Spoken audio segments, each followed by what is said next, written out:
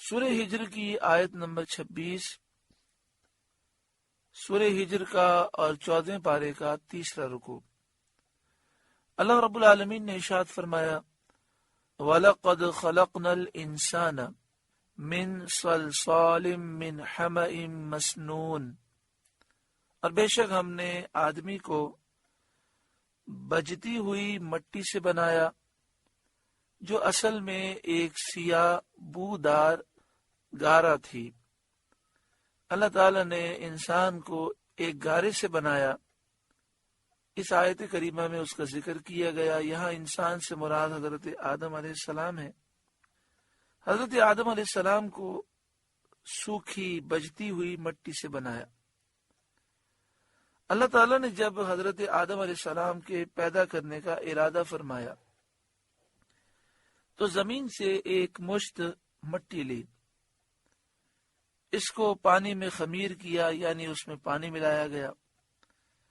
جب وہ گارا سیاہ ہو گیا اور اس میں بو پیدا ہوئی تو اس میں صورت انسانی بنائی، پھر وہ سوکھ کر خشک ہو گیا تو جب ہوا اس میں جاتی تو وہ بجتا اور اس میں آواز پیدا ہوتی، پھر سورج کی گرمی سے وہ پختہ ہو گیا تو اس میں روح پھونکی اور وہ انسان ہو گیا۔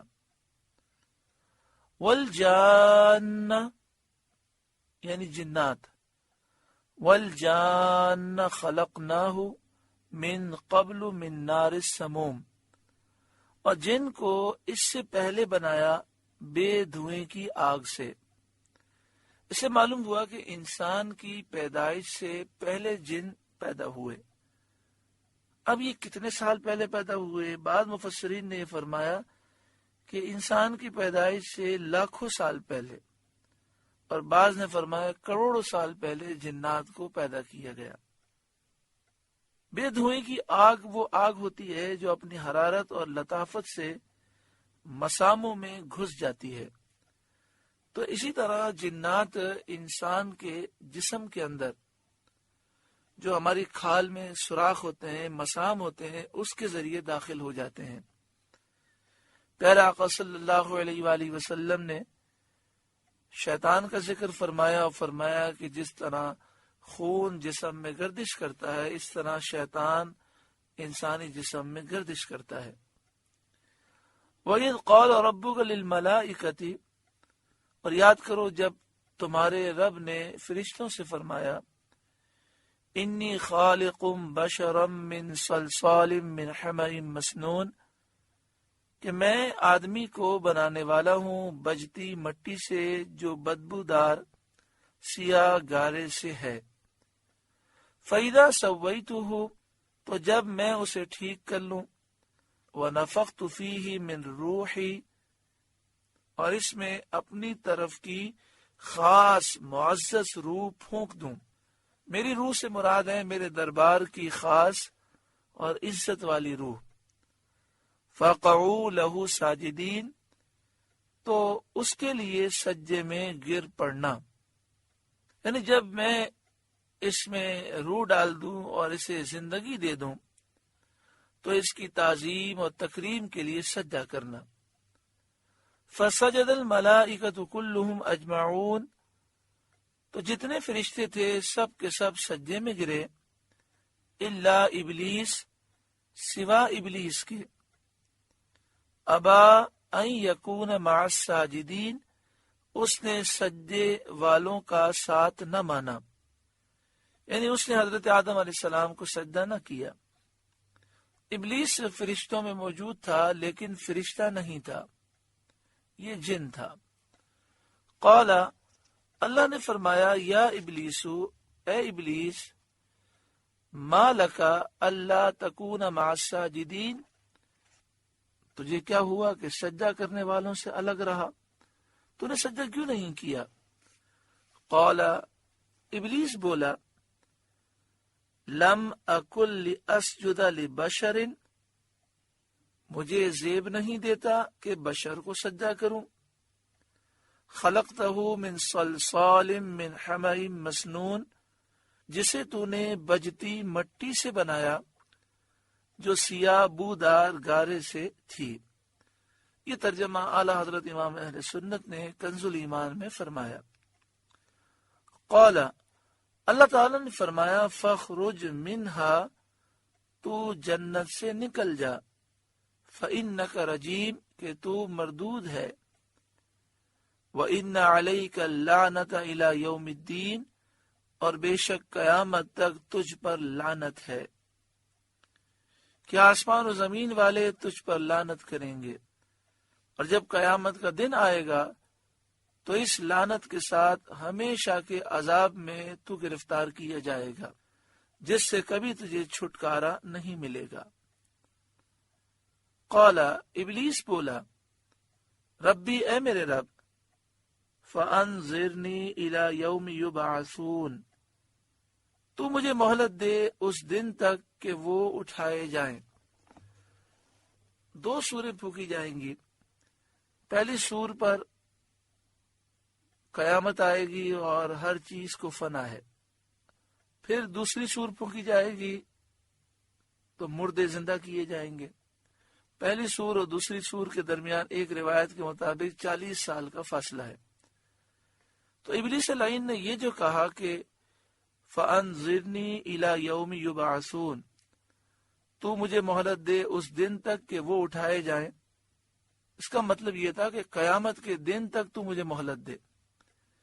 اس سے شیطان کا مطلب یہ تھا کہ وہ کبھی نہ مرے، کیونکہ جب لوگ قیامت کے میدان میں اٹھائے جائیں گے، اس وقت تک اگر شیطان کو مہلت مل جائے تو اس کے بعد تو پھر کسی کو موت ہی نہیں آئے گی، کیونکہ قیامت کے بعد کوئی نہ مرے گا۔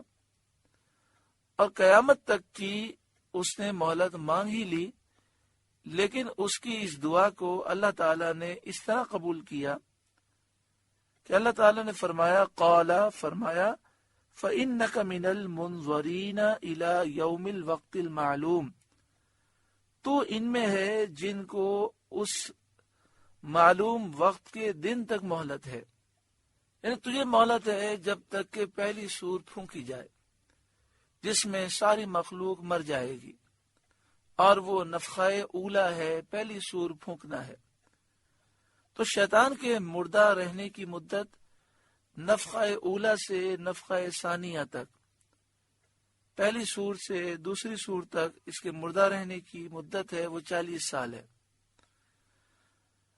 یہ بات بھی یاد رہے کہ یہ جو اللہ تعالیٰ نے شیطان کو مہلت دی، یہ مہلت اس کے اکرام کے لیے یا عزت کے لیے نہیں، بلکہ اس کے لیے تاکہ اس پر بلا، شقاوت، بدبختی اور عذاب زیادہ ہو۔ قال ربی بما اغویتنی، ابلیس بولا، اے میرے رب، قسم اس کی کہ تو نے مجھے گمراہ کیا۔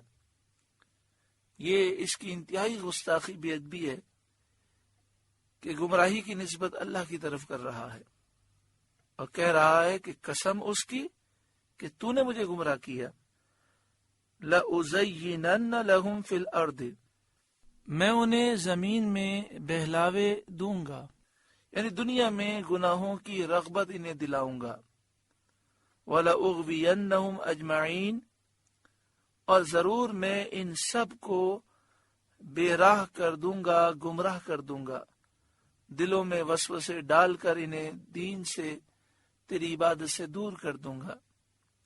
الا عبادک منہم المخلصین، مگر جو ان میں تیرے چنے ہوئے بندے ہیں، یعنی جنہیں تو نے اپنی توحید اور عبادت کے لیے چن لیا ہے، ان پر میرے وسوسے اور مکر و فریب نہ چلیں گے۔ قال، اللہ تعالی نے فرمایا، ھذا صراط علی مستقیم، یہ راستہ سیدھا میری طرف آتا ہے۔ ان عبادی لیس لک علیہم سلطان، بے شک میرے بندوں پر تیرا کچھ قابو نہیں، یعنی جو میرے چنے ہوئے بندے ہیں، ایماندار بندے ہیں، الا من اتبعک من الغاوین، سوا ان گمراہوں کے جو تیرا ساتھ دیں، یعنی جو کافر ہیں کہ تیرے مطیع و فرمانبردار ہو جائیں گے، اور وہ تیری اتباع کریں گے ان پر تیرا زور چلے گا۔ وَإِنَّ جَهَنَّمَ لَمَوْعِدُهُمْ أَجْمَعِينَ، اور بے شک جہنم ان سب کا وعدہ ہے۔ ابلیس بھی جہنم میں جائے گا اور اس کی پیروی کرنے والے بھی جہنم میں جائیں گے۔ لہا سبعۃ ابواب، جہنم کے 7 دروازے ہیں۔ بعض مفسرین نے فرمایا 7 دروازوں سے مراد یہ ہے کہ جہنم میں 7 طبقے ہیں۔ حضرت ابن جریج علیہ رحمہ کا فرمان ہے کہ جہنم کے 7 درکات ہیں، طبقات ہیں، اور ان کے 7 نام ہیں: جہنم، لظا، حطمہ، سعیر، سقر، جحیم، ہاویہ۔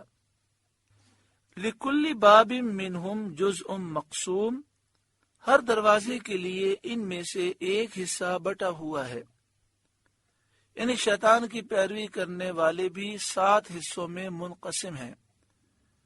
ان میں سے ہر ایک کے لیے جہنم کا ایک درکہ، ایک طبقہ معین ہے۔ اللہ تعالی ہمیں جہنم سے محفوظ فرمائے، نفس و شیطان کے وار میں مبتلا ہو کر ہمیں اپنی آخرت برباد کرنے سے اللہ محفوظ فرمائے۔ سورہ ہجر کا 3واں رکوع مکمل ہوا۔ آپ سے گزارش ہے کہ قرآن کے اس پیغام کو آگے پہنچا کر ثواب جاریہ حاصل کریں۔